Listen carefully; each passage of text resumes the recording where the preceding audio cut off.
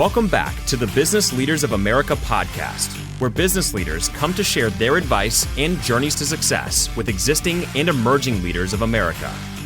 Join us as we delve into the minds of these accomplished individuals, uncovering the strategies and insights that have propelled them to the top. Whether you're an established leader or an emerging force in the business world, this podcast is your go-to source for the knowledge and inspiration needed to navigate the dynamic landscape of American business. Now, here's your host, Dylan Bloyd.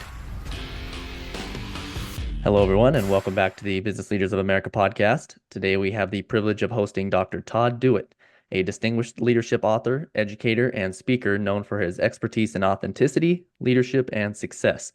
With a career spanning from consulting with major firms to earning accolades as an award-winning professor and renowned TEDx speaker, Dr. Dewett has inspired millions worldwide through his speaking engagements, writing, and teaching. Recognized as a top 100 leadership speaker by Inc. magazine, Dr. Dewett has delivered over 8,000 talks globally, captivating audiences with his real, honest, and practical approach. His influence extends to online education, where he has created highly successful courses on platforms like LinkedIn Learning, reaching millions of learners. Today, he joins us to share his insights on topics ranging from TEDx speaking to the role of education in shaping future leaders. Thank you for joining the show, Todd. My pleasure. How are you? I'm doing great. How are you? Fine, thanks. Awesome. Well, thank you for joining. I really appreciate it. It's excited to finally get to talk to you, and been watching a lot of your videos on your website and following you on LinkedIn. So I'm excited to finally have you on the show. Thank you. So if you could please give us a brief intro on yourself and how you got to where you are today. A brief story of how I got to, as of tomorrow, 53. So I'll make this brief as possible. I'm very, very lucky. I'm one of those people who heard a calling, if you will, chased the dream, if you will, and it's worked out. And I know that that's not always the case. So for me, the short version is I started off in big box consulting with Andersen, or what used to be called Andersen, now it's Accenture, and Ernst & Young, and realized how much I loved learning. I loved business. And I also realized how weird and wonderful, magical even people are. They're just strange and beautiful creatures. And I wanted to study them, and I didn't fit in. I'm a change maker type of person. I didn't fit in as easily as I wanted to in corporate life. And so I decided to do something I'd been thinking about for years. And I quit corporate life, and I went and got a PhD at Texas A&M in organizational behavior and became a professor. So I could be involved in business and specifically studying relationships at work, and this issue, all these issues around teams and leadership, and do so as an outsider type of person. Published a lot of research, taught a lot of courses. I was a dean for a little while. And then the third career started about 12 years ago or something like that. I got a call from somebody, a little firm called lynda.com, which later was purchased by a firm called LinkedIn. LinkedIn rebranded it and created LinkedIn Learning. And I've been making videos for them ever since. I've gotten, I think, 40 plus courses that are still live in 10 different languages, seen by millions in almost every country. Which makes me, this is what I said at the beginning, which makes me one of the luckiest people you'll ever meet. I get to help people around topics that matter to me, that matter to almost all of us, and make a good living from it. So I feel very, very much full of gratitude.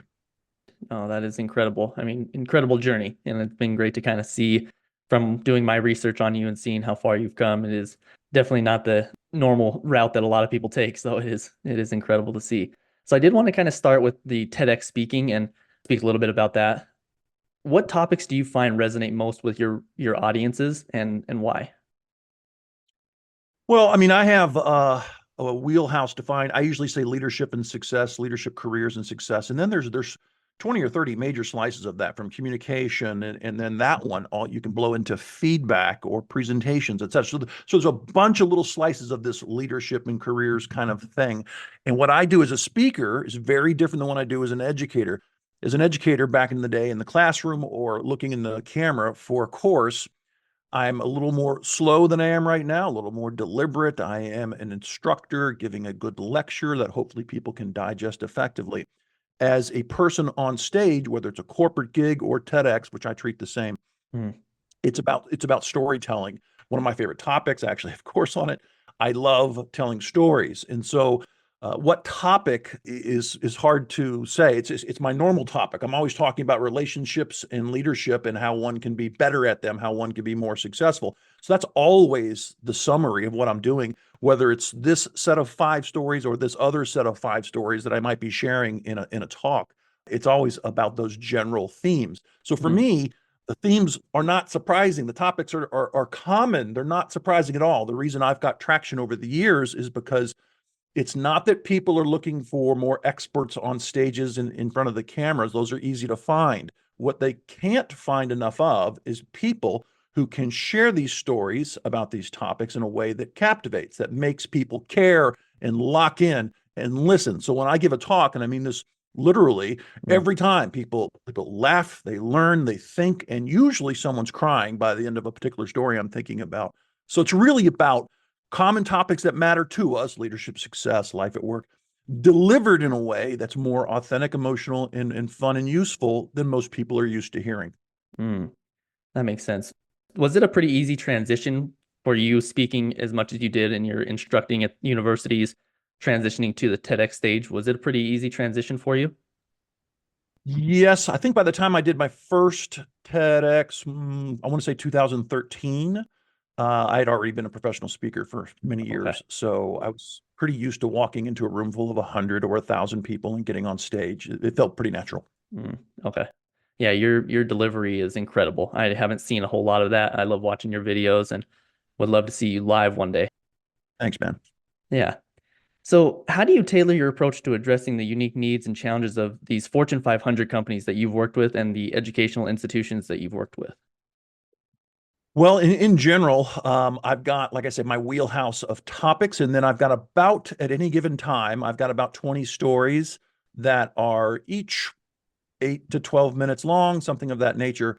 And I say to myself, okay, they're trying to hire me. They say that they've got this issue with change management, or this issue with employee engagement, or this issue with communication that's a real problem with their employees, or whatever their pain point, their focus might be. And then I look at my stories and I say, okay, which ones naturally tend to address those issues, and how can I change them 5%, maybe a little bit, to tailor to, for example, they often want certain words dropped and occasionally certain words not used. So they'll say, well, we're really having trouble with our ERP system, or something that matters to them. Right. And so I'll instead of saying on the stage, I know dealing with change is hard, I might say something like, now, look, I've watched a lot of ERP systems be implemented, and I know that they can be painful. So again, I'm saying the same thing, but in a more specific way so that they can hear it, they can feel it. Have you ever not had a story that resonated with businesses or struggled through that? Or have you always kind of found a way to tailor it towards the businesses?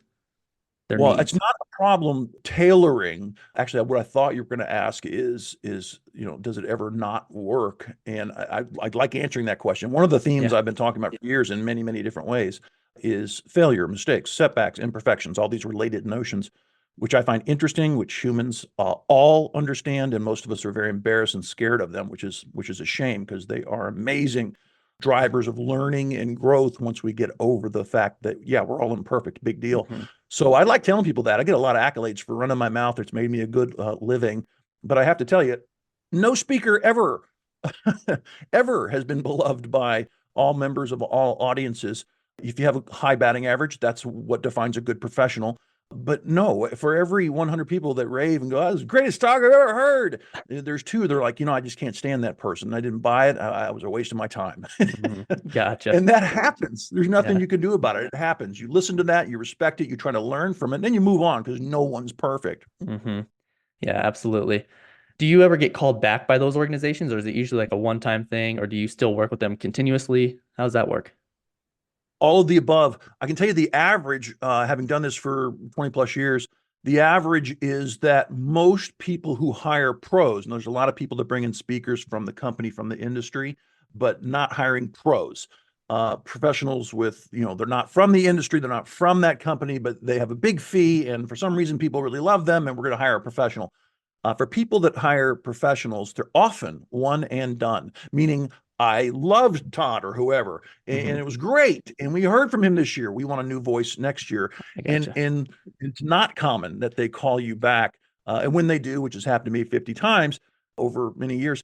It's the ultimate compliment. It means Yes. I don't just give me new stories. We want more of you. It's definitely the ultimate compliment. And then on occasion, someone says, "You were great. I have 30 other offices. I'm going to put you on the road and go talk to everybody. Would you do that?" And I say, "Yes, I will." Oh, that's great. I'm sure it is a great compliment because you're right. And I've been in with businesses who have brought speakers in. I don't think I've ever seen a speaker show up twice. So that is great and great work. What role do you believe education plays in shaping future leaders? So being that you're an educator and continue to be, how can universities better prepare students for leadership roles in the modern workplaces? I mean, that's a fascinating topic. Great question. Obviously biased and of a certain age, right? I went to college for a total of 10 years. Um, and so I think education is immensely important, but you have to answer in two ways this question. I think one is that the modern view of education is not what it was 30 years ago. It's about learning from an amalgam of sources. There are degrees, that's one. We'll talk about universities in just a second. Then there's LinkedIn Learning and many rival platforms that are very interesting, and books and blogs and videos on YouTube, et cetera, et cetera, et cetera. There's no shortage of free, low cost, or more expensive options to get you learn on now more than ever before. And it's expected. It used to be what high achievers embrace: continuous learning. I built new skills this year. Let me put it on my resume, make sure I'm evaluated correctly. Now it's just norm. It's the norm because data knowledge changes. They say around 5 years, everything decays, and you need to refresh. So, what can universities do in that changing landscape?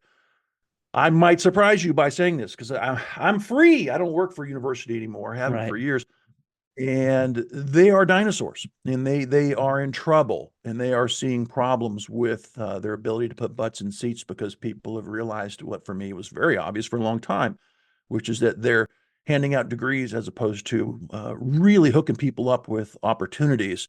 And so they're shifting and changing as quick as they can. And I don't know if all of them are going to make it. According to the pundits, there's going to be a big shakeout in the next 10, 15 years, and you'll see a lot of places closing or at least downsizing as they refocus on answering your question that you just gave me. And I think, and there's pros and cons to this, but I think they're going to shift more and more to practical approaches instead of esoteric or classic liberal arts approaches to education to give people practical things to prepare them for careers. So right now, a lot of people are really, especially America, really looking at universities saying, I'm not sure I want to make that investment because there's a lot of data piling up that says that investment's not what it used to be. Still good over the course of a career. College still pays off, but not like it used to. Hmm. Yeah, that is very surprising to hear that because I think I absolutely believe you're right on this because it's so much different than it used to be where if you get a degree, you're getting a job, period. But now it's so competitive. And then I've worked in places where they just care that you got a degree, don't care what it was in, what the topic was in or subject, but they care that the fact that you graduated and got a degree now will hire you. So do you think that changes as well? I mean, is it more just that, do you see industries care more about the fact that they can work all the way through a degree and show that they completed that is more important, or do you think it's more topic related? Well, the trend I'm seeing, and this includes a former employer of mine, Ernst & Young, is people understanding that great people come in different shapes and sizes than they're trying to hire them. Some have degrees, some don't. So for many of them, like EY, degrees are now optional. You don't have to have a degree. And I think it was approaching 50%, some article I read recently, of companies that are saying optional now. What we want to know is your experience, and we want to get to know you and your personality for fit with our team and our culture and all that. But specific degrees still send. It's like the SAT for college kids about to go. It's not required everywhere anymore, but it's useful and provides a great signal if you do it. The degree is the same thing, still utterly valuable, but not as essential. Okay. Yeah, I personally have a management degree. I think that's going to be a degree that's not going to matter in the future, because I think that more along the line, I mean, potentially, but I think that more along the lines of like working towards being a doctor or things that are more specialized where lawyers, things like that, that makes more sense, right? But management degrees, to me, I don't know of how useful they're going to be. I learned a lot in college, but I don't think I really took a lot from that and utilized it in the workplace. I think I took a lot more from my experience when I was in the actual workplace. That is one of the dirty secrets of the last 30 years in Universityville. They want butts in seats, and their business models see them getting paid more from the state that they're in for many of them based on the number of kids that are there. And so if they're able to attract through marketing, branding, whatever, if they're able to attract more people at some point as their numbers are growing, and they have until recently, they've been growing for many years, we got to find degrees for these kids. And then here comes all these degrees that maybe aren't as obvious in terms of their utility as others. And there's tons of them now, and there have been for 20 years. And then they graduate with a degree, and technically they've got a piece of paper and nobody knows what they've learned. Right. Yeah. Yeah, exactly. I always try to put like certain courses that I took that tailored toward, or that would relate more to the position when I was trying to find my job and I was in my journey of finding a position. But again, it's like they don't know for a fact that you actually took that. They just see that is a degree, and that's really all they care about at this point. So I definitely agree with you.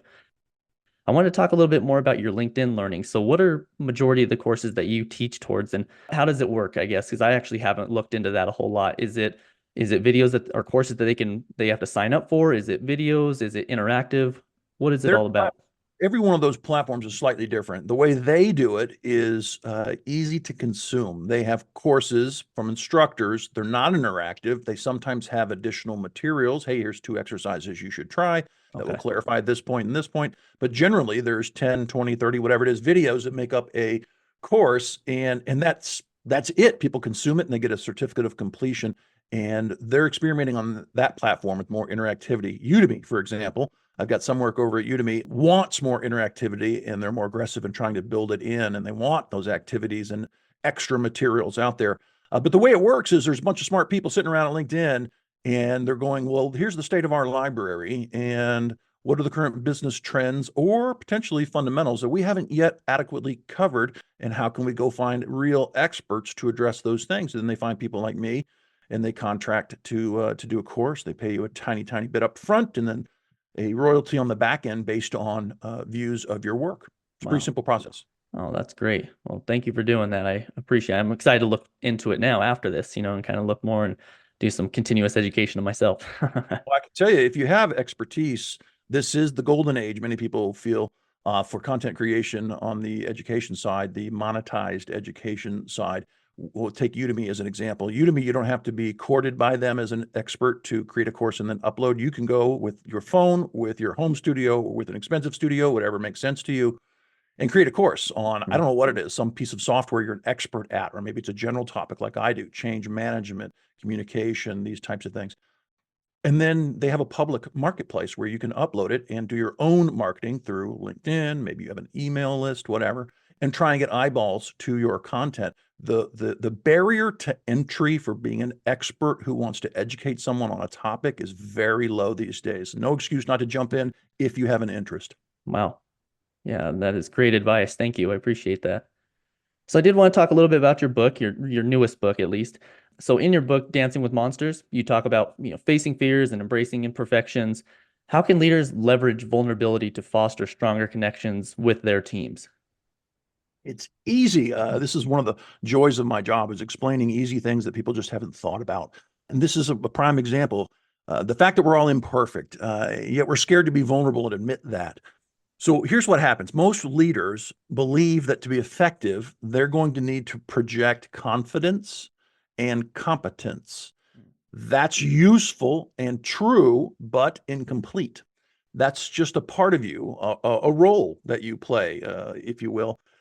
And what they think is that if they show imperfections, anxiety, talk about mistakes they've made, etc., that they will have people lose confidence in them and they'll be a less effective leader, and people will do the minimum instead of becoming committed, etc. That's just not true. What the science and the common sense, if you think about it, tell us is that humans love to be validated as humans. And when a leader, not twice a day, or 3 times a day, that'd be very strange, and you'd be seen as highly imperfect and weird if you shared your imperfections that often. But what I see is people never share. And so what I encourage is 3, 4, 5 times a year in the right space, that team meeting, that conference talk you're giving over there, whatever it is, sharing an anecdote or a fact or a story about something a time you screwed up with a client, whatever it might be, is unbelievable in terms of bridge building with your team, rapport building with your team. They see you owning your imperfection, and that does a couple things. Makes you far more approachable to people who hesitate. However much they might hesitate before speaking to you, you just lowered it, made it more easy for them to see you as approachable and real. And then number two, without even trying, you validated their humanity. They feel less weird about the time they screwed up and and they might actually start to reciprocate and talk. That type of conversation is the type of conversation that builds real understanding and trust, which I'm building here, really does lead to next level conversations. The foundation of innovation isn't buying some great technology or hiring the world's smartest person. It's about getting a talented team, at least a reasonably talented team together, who are willing and able to take a little risk with each other on doing what we do differently and better. That's really the foundation of most innovation or positive change inside organizations. And it often starts with leaders laughing at themselves just a little bit once in a while and admitting some of those imperfections. I mean, half, maybe 3/4 of my writing and my speeches are me talking about a time I screwed up and got embarrassed or whatever it is, just to make other people understand the point and see it as relevant to their lives, because I know it's happened to them as well. Here's the last little point on that topic. It's free. Leaders being a little more honest about their full humanity, not just the polished part they like to show off, is free. And the greatest things, speaking now as a social scientist, the greatest things we've ever learned about you optimizing you and helping a team optimize themselves really are low cost to free, such as a leader acting a little less polished and a little more human. That is great information. Do you see it more in new leaders that try and hide their imperfections and hide their vulnerabilities compared to seasoned leaders? Because that's when I think I've seen it a lot, and especially even in my own journey, I think that I was a lot less willing to be vulnerable and let them see that I don't know what I'm talking about, essentially. Do you see that a lot in people that you work with and in all the teams that you work with? Definitely seen a mix. I've seen people that know they're not supposed to act like know-it-alls, which is a great comment on their social intelligence, because no one likes a know-it-all at all. And everyone knows that the new boss doesn't know it all. They have a lot to learn. That's why they have a team in the first place. In general, I see people trying to do the polished thing more than the authentic thing. And that's changing because of the radical shifts we're seeing in generational shifts in the workforce. As younger millennials take over lots of leadership roles and Zs are flooding corporate America, they're more inclined to be real, or their version of being real, but they're more inclined to be, yeah, I'm a human. And let me explain that to you, as opposed to acting like they're geniuses who know it all. I'm not saying that their generation's perfect. We're all imperfect, but they are on that issue more comfortable trying to embrace authenticity than just the polished thing. Why do you think that, though? Why is it that it's the new generation that is more along the lines of being real compared to the older generation? Well, I think that in general, there's a lot of sociological research on Zs and generations in general. They tend to, I don't want to get into politics, but they tend to be just more open-minded people. And for example, this is the first generation that is going to be meaningfully normalizing the discussion of mental health, which used to be just 20 years ago a taboo thing we didn't talk about. Right. And now they're like, I'm feeling anxious today, and it's almost normal for someone to say that in that generation. There's pros and cons to that, but I think the net result of that more liberal attitude on our full humanity is going to be a plus for teams in terms of less posturing and more honest talk. That makes a lot of sense. Yeah, I was wondering if maybe like the social media era, has been a big factor in that. People filming themselves constantly being on and making a fool of themselves almost, being more comfortable doing those kind of things, and compared to what it was before. I wonder if that has a factor into it as well. I think that's a huge factor. You might laugh or not believe me, but I'm not a big fan of social media. And I mean that in a couple different ways. One, I'm not a fan because we know the research is coming out in volumes now about how much it harms certain people in certain ways. Number one. Number two, outside of professional life, I look in a camera a lot. And I put on it's a role. I'm playing a role for you right now. It's not fake. It's just me being Dr. Dewett when I need to be Dr. Dewett. But when I'm not doing this, I don't just crave to pick up my phone and film me doing anything. So I think you're absolutely correct. This is a generation, for better or worse, absolutely just wedded to their phone and media consumption and media creation. and for better or for worse, that will make employees more open to honest talk for sure. Gotcha. Wow. Well, thank you for that. Thanks for touching on that. So how can listeners learn more about you and get their hands on your newest book, as well as learn about the courses that you're teaching? Thanks for asking. Very easy ways to find me. My last name is Dewett, Dewett, and there are very few of us. Go to LinkedIn. That's my home for social media, where it's still sane and productive and fun. I love LinkedIn, so please come find me there. I also have a website just dedicated to me as a speaker for the most part. That's drdewett.com, DRDEWETT.com, and you can find my latest book, Dancing with Monsters, anywhere they sell books. Awesome. Yeah, definitely check out the website for sure. I just was on there a few days ago watching your videos and some very compelling stuff. So I highly recommend visiting that website and getting the book and doing all that. So thank you. My pleasure. Thank you. Yeah, of course. I do have one more question before we go. What are the most important qualities or traits that you believe future business leaders should cultivate to succeed in today's competitive landscape?